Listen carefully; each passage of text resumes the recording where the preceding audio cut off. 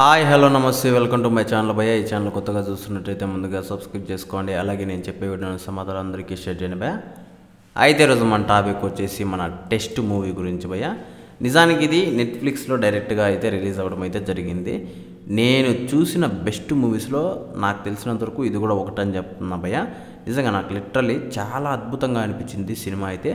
ఇంకా కొన్ని సీన్లు అయితే ఉంటాయి భయ్య.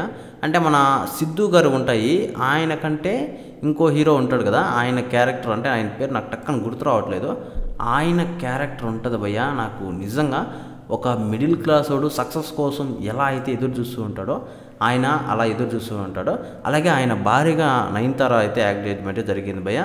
ఆమె క్యారెక్టర్ కూడా చాలా బాగుంటుంది. నాకు తెలిసినంతవరకు ఆయన క్యారెక్టర్ ఎలా ఉంటుందంటే ఆయన్ని సైంటిస్ట్ మాదిరి అయితే చూపిస్తారు భయ్య. అంటే నీళ్ళతో నడిచే మోటార్లని అయితే కనిపెట్టాలనుకుంటాడు. అంటే పెట్రోల్ లేకుండా బండ్లు నీళ్ళతో నడిచే మాదిరి కనిపెట్టాలనుకుంటాడు. దానికోసం పడే చూపించడమే ఈ స్టోరీ ఉంటుంది. అలాగే మన సిద్ధు అన్న స్టోరీ అయితే చూపించడం అయితే జరుగుతుంది భయ్య. ఇంకో పక్క మన నయనతార గారి స్టోరీ అయితే చూపించడం అయితే జరుగుతుంది భయ్య. వీళ్ళ ముగ్గురు స్టోరీలని నాకు తెలిసినంతవరకు చాలా అద్భుతంగా చూపించారని చెప్పచ్చు. అలాగే ఇంకోటి వచ్చేసి ఈ సినిమాలో పర్టికులర్గా నాకు చాలా కొన్ని సీన్లు ఉంటాయి భయ్య, కొన్ని మోటివేషన్ డైలాగులు. నాకు లిటరలీ ఆ డైలాగులు విన్న తర్వాత మనం కూడా ఏదైనా పీకాలరా అన్న టైప్లో అనిపిస్తుంది.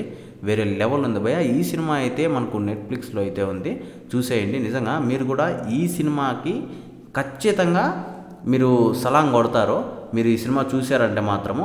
ఇంకా చెప్పాలంటే అసలు మీకు మనసులోకి ఎక్కేస్తుందని చెప్పచ్చు. ఆయన క్యారెక్టర్ కూడా వేరే లెవెల్ ఉంటుంది భయ్య సినిమా. ఇంకా మీరు ఈ సినిమా చూడకపోతే మనం ఏదో కోల్పోయామనే అనిపిస్తుంది. ఒకవేళ మీరు ఎప్పుడైనా ఇంకా ఫ్యూచర్లో ఈ సినిమా చూసారంటే అయ్యో అప్పుడు ఎందుకు చూడలేదా అని బాధపడతారు. ఆ రకంగా ఉంది భయ్య సినిమా. మీరు తప్పకుండా చూసేయండి, చాలా అద్భుతంగా ఉంది సినిమా.